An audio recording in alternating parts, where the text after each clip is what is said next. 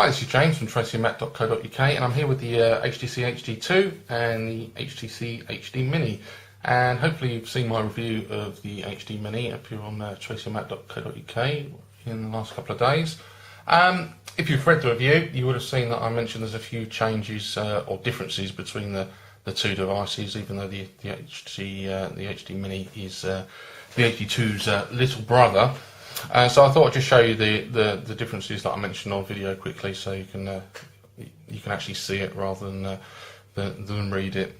Now the obvious, the first obvious thing to notice is quite clearly the size difference. The HD2 with its 4.3 inch screen and the HD Mini with its 3.2 inch screen.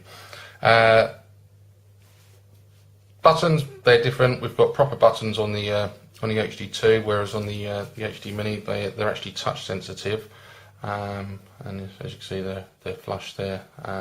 They work very well. Nice bit of haptic feedback when you use them, so they're all right. On the rear of the device we've got some differences. The camera lens. Now on the HD2 the camera lens is actually protruding from the back of the device, which you can see there. Now there's two problems that I find this causes. The first one is that when you load the device down on the flat surface, the phone can rock from side to side. Not the end of the world, but what potentially could be the end of the world is because the camera lens is actually touching the flat surface. I think it's susceptible to getting scratched, which is a bit of a shame. But on the HD Mini, they fixed that problem because the camera lens is actually inside the housing of the back cover, so the lens isn't going to get scratched. Unfortunately, with the camera though, on the HD Mini, we lose the flash that we saw on the HD2, which is a bit of a shame. But you know, just means you can't take photos in low lighting. Another physical difference is turning the device on or off.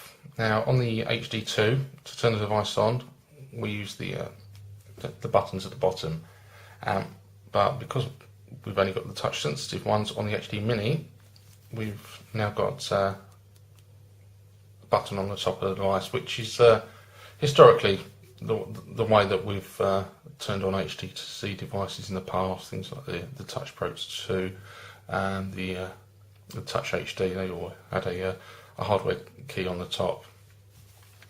Having a look at the software, if we turn the devices on, as you can see, the lock screens are very different.